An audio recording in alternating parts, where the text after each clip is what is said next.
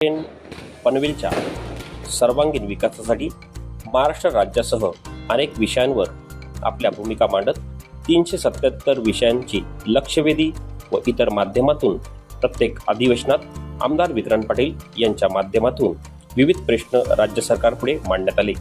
त्यात नैना तांत्रिक अडचणी वाढवण्याच्या बाबतीतील विकास कार्य, मुख्यमंत्र्यांच्या नैना या ड्रीम प्रोजेक्टबाबत असलेल्या तांत्रिक अडचणींशी जोडलेला पनवेलकर व त्यात असलेल्या तांत्रिक अडचणी, त्यातील अधिकृत असलेले सर्वे पुन्हा चालू करण्यासाठी, बांधकाम संरक्षित करण्यासाठी, तसेच जीएसटीचा परतावा मिळावा व आपले विकास कार्य गतिशील व्हावे या माध्यमातून विक्रांतदादा यांनी अनेक विषयांना वाचा फोडत पत्रकार परिषदेतून माहिती दिली।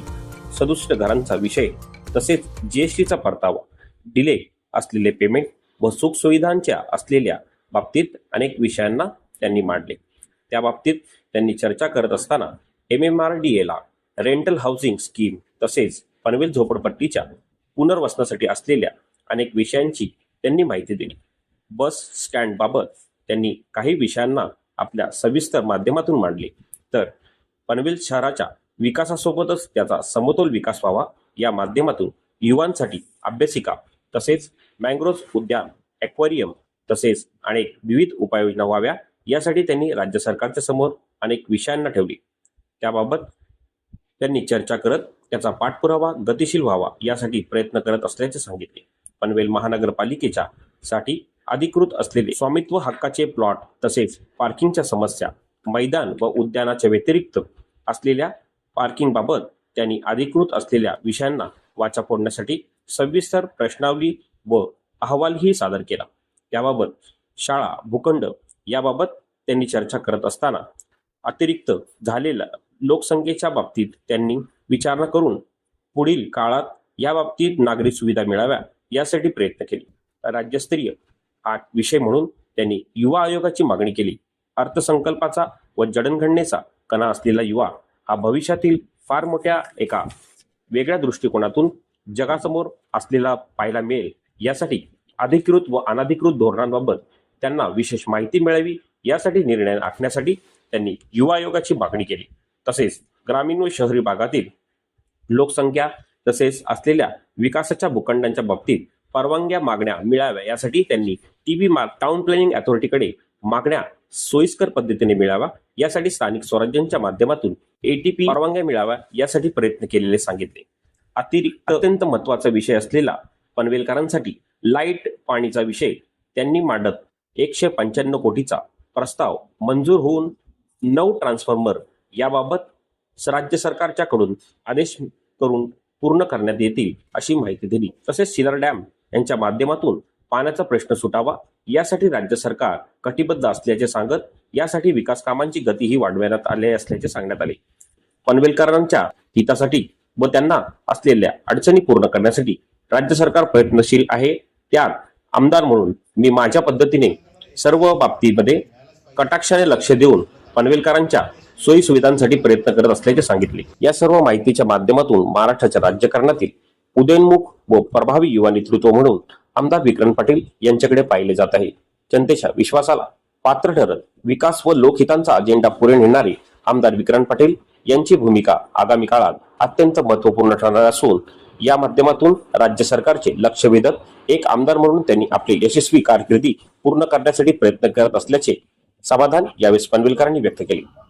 अर्थसंकल्पीय अधिवेशनामध्ये पनवेलकरांच्या भावना मांडण्याचा जो काही प्रयत्न आपण केला आणि एकंदरीतच पनवेलकरांच्या आशीर्वादामुळे सदिच्छांमुळे आमदार झाल्यानंतर आतापर्यंत विषय मांडण्याचा जो आपण प्रयत्न केला त्यामध्ये एकंदरीत 377 विषय हे वेगवेगळ्या आयुधांच्या माध्यमातून आपण त्या ठिकाणी सभागृहात उपस्थित करण्याचा प्रयत्न केला। त्यामध्ये लक्षवेधी असेल, तारांकित प्रश्न असेल, औचित्याचे मुद्दे असतील, अर्धा चर्चा असतील किंवा अन्य सगळीच आयुध या सगळ्या माध्यमातून हे विषय मांडण्याचा आपण प्रयत्न केला। हा सगळा विषय पनवेलकरांना माहीत असला पाहिजे आणि त्यांनी मला विचारण्यापूर्वी आमदार म्हणून माझं कर्तव्य आहे की मी त्यांना उत्तरदायी असलं पाहिजे, मी माझा अहवाल त्यांना सादर केला पाहिजे। यासाठी मी एक पायंडा पाडला की प्रत्येक अधिवेशनानंतर मी पनवेलकरांना माझ्या पत्रकार परिषदेच्या माध्यमातून याचं उत्तरदायी राहीन, माहिती देईन की मी आपल्यासाठी नक्की काय करतो. आणि त्यासाठीची आजची पत्रकार परिषद झाली. त्याचबरोबरीनं सिडकोच्या वेगवेगळ्या प्रलंबित विषयांना घेऊन सुटलेले प्रश्न, त्यातल्या काही पाठपुराव्याचे विषय आणि प्रलंबित प्रश्न या विषयाला घेऊन एक विस्तृत बैठक झाली आणि त्यात सुद्धा अनेक विषयामध्ये सकारात्मक निर्णय झाले. म्हणजे अधिवेशनामध्ये ज्या पद्धतीनं नयनाचा प्रलंबित विषय होता तो मांडण्याचा आपण प्रयत्न केला, त्या ड्रोन सर्वेच्या माध्यमातून झालेल्या चुका आणि मला मिळणारा भूखंड आणि तो दुसऱ्याच्या बांधकामावरती त्याला मला फायनल प्लॉट दिल्यामुळे झालेल्या अडचणी, चुकीच्या पद्धतीने झालेलं नियोजन आणि त्यामुळे शेतकऱ्यांना विश्वासात न घेतल्यामुळे तयार झालेल्या अडचणी, या सगळ्यांना वाचा फोडण्याचा प्रयत्न आपण अधिवेशनात केला होता. त्याला सकारात्मक सगळ्या प्रक्रिया झाल्या, उत्तरं मिळाली आणि आता फिजिकल पद्धतीनं हे सर्वे सुरू झाले. नांदगाव पासून, विचुंब्यापासून आज उसरली भागामध्ये, या सगळ्या भागामध्ये आता हे सगळे सर्वे अंतिम टप्प्यात आलेले आहेत. काही गावांचे सर्वे पूर्ण झालेले आहेत. त्यामुळे जे काही अडचणी आहेत, जी बांधकामं संरक्षित करण्याचा विषय होता, तो सुद्धा बऱ्यापैकी निकाली निघण्याच्या टप्प्यावरती आलेला आहे. ज्या काही चुका आहेत, त्रुटी आहेत, त्या सुधारण्याचा प्रयत्न सिडको करते. पण त्यात आजच्या बैठकीत आम्ही काय विषय मांडला की हे आपण करताय, सकारात्मक सुरू आहे, पण हे करताना स्पीड कमी पडतोय.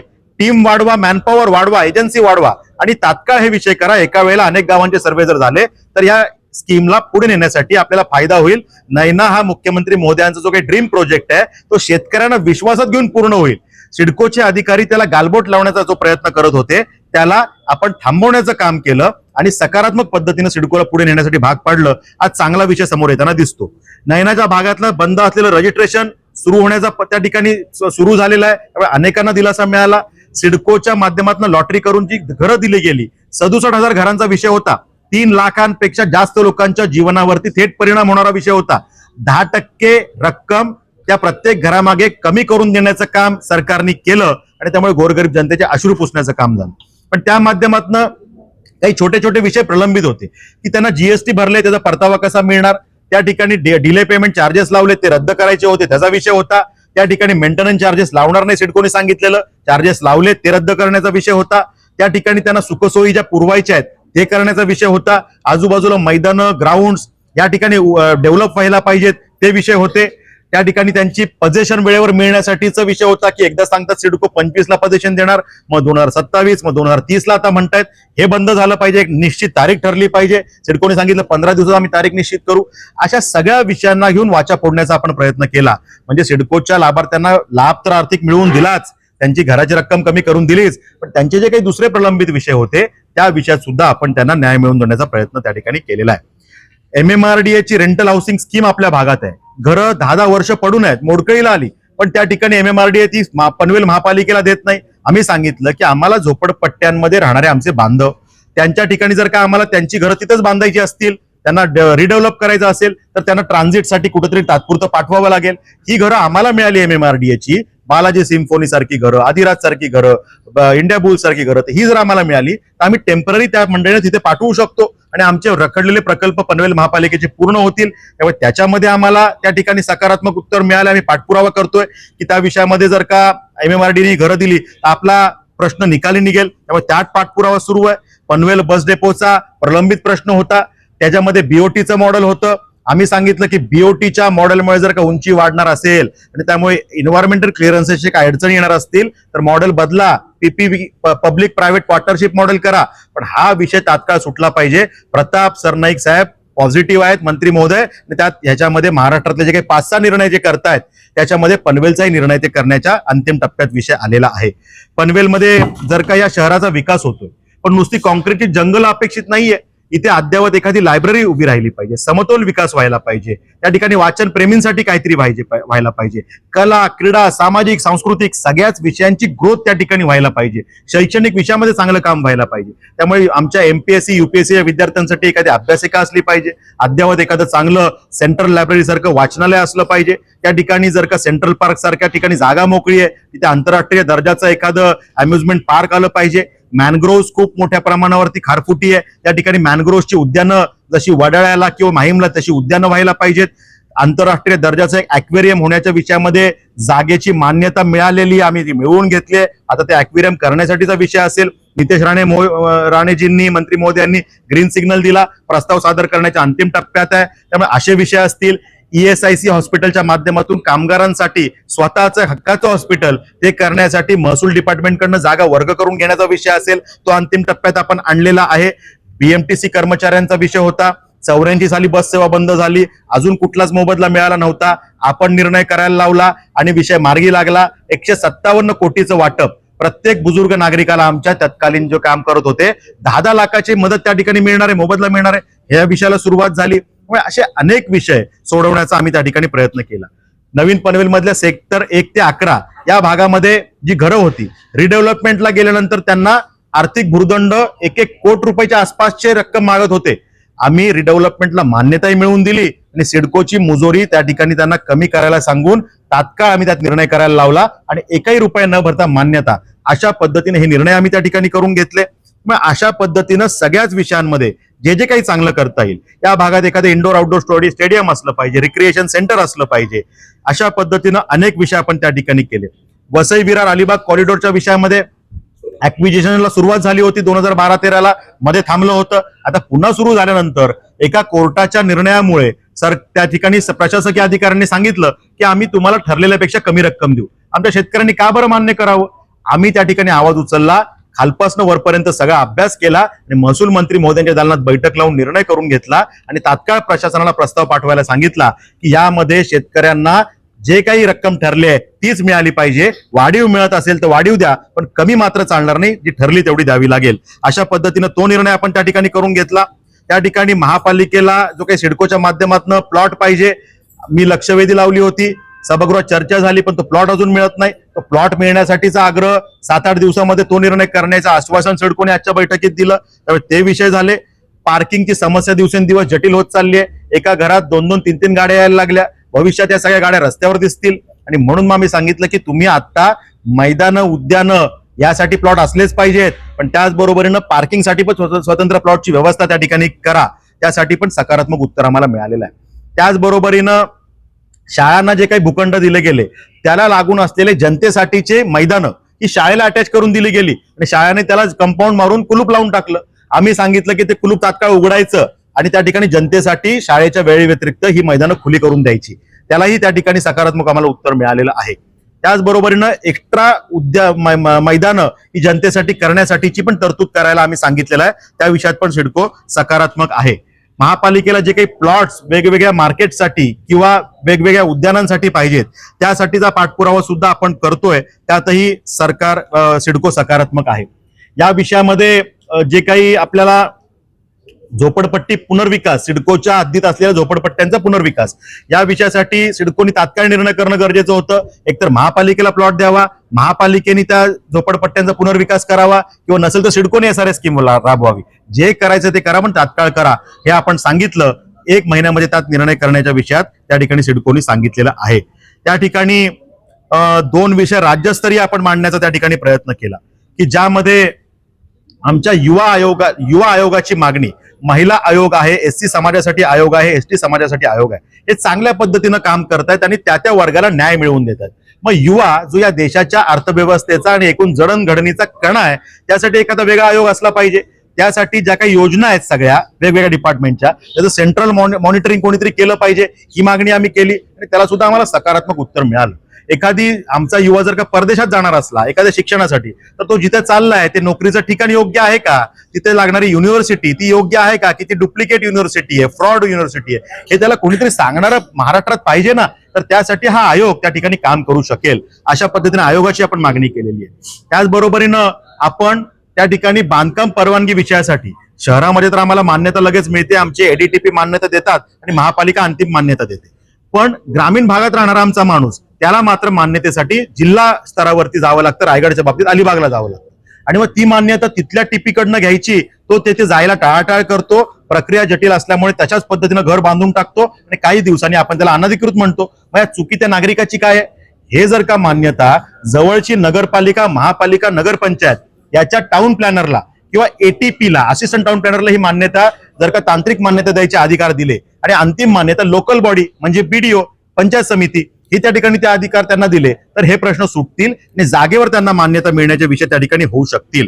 लाईटच्या विषयामध्ये आपण मागणी केली की तात्काळ आपण या विषयामध्ये या शहराचा जो काही गुणाकारांनी संख्या वाढते, लाईट आणि पाण्याची समस्या ही खूप गंभीर आहे. यासाठी शॉर्ट टर्म प्लॅनिंग आणि लॉंग टर्म प्लॅनिंगची गरज आहे. आणि त्यामुळे MSEBच्या माध्यमातून जी काही कारवाई होते त्यात काही दिरंगाई आहे ती तातडीनं सोडवण्यासाठी आम्ही त्या ठिकाणी त्यांना निर्देश आमच्या भाषेत, ज्या भाषेत कळते त्यांना ती भाषा, त्या भाषेत दिलेत. आणि 195 कोटीचा प्रस्ताव मंजूर पण त्यात झालेला आहे. त्यामुळे त्या ठिकाणी नवीन ट्रान्सफॉर्मर 9 ठिकाणी हे त्या ठिकाणी येत आहेत आणि जे सबस्टेशन त्या ठिकाणी पॉवर वाढवण्याची गरज आहे त्याविषयी ते काम त्या ठिकाणी होतंय. पाण्याच्या विषयामध्ये शिलार डॅमचं रिझर्वेशन हे त्या ठिकाणी आपलं पनवेलचा हक्क त्यात मंजूर झालेला आहे. माझ्या जीवनातली आमदार झाल्यावरची पहिली लक्षवेधी ही त्या पाणी विषयाची होती आणि शिलार डॅम मध्ये रिझर्वेशन देतो असं त्या ठिकाणी सभागृहात उत्तर आपण आदरणीय गिरीश महाजन साहेबांकडनं, जलसंपदा मंत्रालयाकडनं मिळालं होतं. त्यामुळे अशा पद्धतीनं ते मान्य झालंय. पण जर काही धरण व्हायला 5-6 वर्ष लागणार आहेत तर तात्पुरती अरेंजमेंट काय, तर न्हावा शेवा टप्पा 3 या योजनेमध्ये 5 ते 6 महिन्यामध्ये आपल्याला 115 MLD पाणी त्या ठिकाणी मिळतंय. त्याचबरोबरीनं सिडकोला त्या योजनेमध्ये 50 MLD पाणी मिळतं, जे सिडको आपल्या भागासाठीच वापरणार आहे. म्हणजे अंदाजे 140 ते 150 MLD पाणी जेव्हा आपल्या शहराच्या आसपास सगळं मिळणार आहे तेव्हा आपली ती गरज भागणार आहे. आता ही अडचण आहे ही मान्य आहे आणि त्यामुळे तात्काळ काय करता येईल याच्यावरती आपण प्रयत्न करतोय. पण पाणी विषयामध्ये आमदार म्हणून आपण नक्की काय करतोय हे सांगण्याचा या माध्यमातून प्रयत्न आहे. त्यामुळे अशा पद्धतीनं अनेक विषय आपण सोडवण्याचा प्रयत्न केला. त्या ठिकाणी नैनाच्या भागामध्ये जे काही संत गतीनं काम सुरू आहे ते तात्काळ स्पीड वाढवा हे आपण सांगितलंय. त्या ठिकाणी रिडेव्हलपमेंटच्या विषयामध्ये आपण सांगितलं की कंजेस्टेड एरिया जाहीर करा आणि UDCPRच्या ज्या तरतुदी आहेत त्या ठिकाणी वापरा. त्या वापरल्यानंतर त्या रिडेव्हलपमेंटचा मार्ग मोकळा होऊन जाईल, त्यांना FSI जास्तीचा मिळेल आणि त्या ठिकाणी मार्जिनल स्पेस आणि अन्य जरी अडचणी असतील तरी तो विषय मार्गी निघू शकेल. अशा पद्धतीची मागणी सुद्धा मान्य झालेली आहे. त्यामुळे त्याचं सुद्धा बोर्ड रिझोल्युशन लवकरच होईल. अशा पद्धतीनं बऱ्याच विषयात आम्ही त्या ठिकाणी काम केलंय.